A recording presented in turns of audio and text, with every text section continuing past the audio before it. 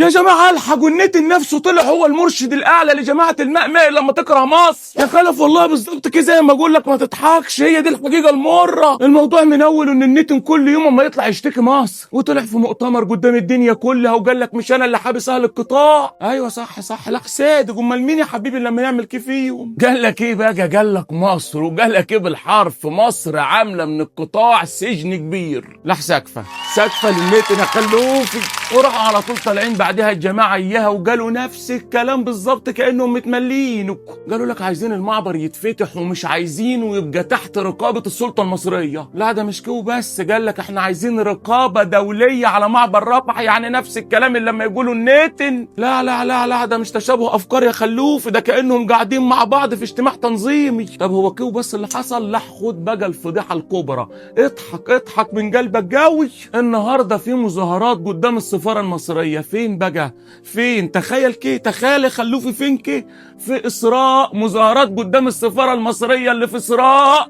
والله في قلب تل هباب. مظاهرات فلسطينيه تحت رعايه شرطه اسراء ضد الدوله المصريه، ورافعين علم اسراء وهم يطالبوا مصر تفتح معبر رفح. شفتوا الهطل؟ يعني دول مش اما يطالبوا النتن هو اللي يفتح المعبر عشان مصر تدخل المساعدات، لا دول اما يطالبوا مصر هي اللي تفتح المعبر عشان اهل القطاع يدخلوا مصر. بذمتكم شفتوا الخيبه؟ عايزين يفضوا القطاع ويهججوا الناس عشان النتن يسيطر عليه كله. لا والكوميديا السوداء بقى يا خلوفي ان الجماعه اياها لما تكره مصر اما تلف على السفارات المصريه كلها في اوروبا، يقفلوا لهم سفاره هنا، يزعجوا لهم قدام سفاره هناك، وهي بتقضى. وسايبين لك سفارات اسراء خلوفي خالص. طب ما تروحوا لهم، روح لهم يا حزين جاي لنا احنا تعمل ايه؟ تقول لهم طب انتوا مش اما تقفلوا سفاره اسراء ليه؟ يقول لك لما المصريين يقفلوا سفاره الكيان اللي عندهم في الاول احنا نبقى نقفلها. طب يا طل ما سفاره اسراء اللي في القاهره اصلا ما فيهاش سفير وما فيهاش اي حد فاضي، يعني قافله. يعني انت مطالب اصلا بحاجه مش موجوده، عبط رسمي. ومين بقى لما يشجعهم الحركه اياها؟ حركه لباس اللي عملت 7 اكتوبر ولبستنا كلنا. الحركه اللي هي وجماعه الماء اخوات من زمان، دلوقتي هما الاثنين اما يهاجموا مصر علني.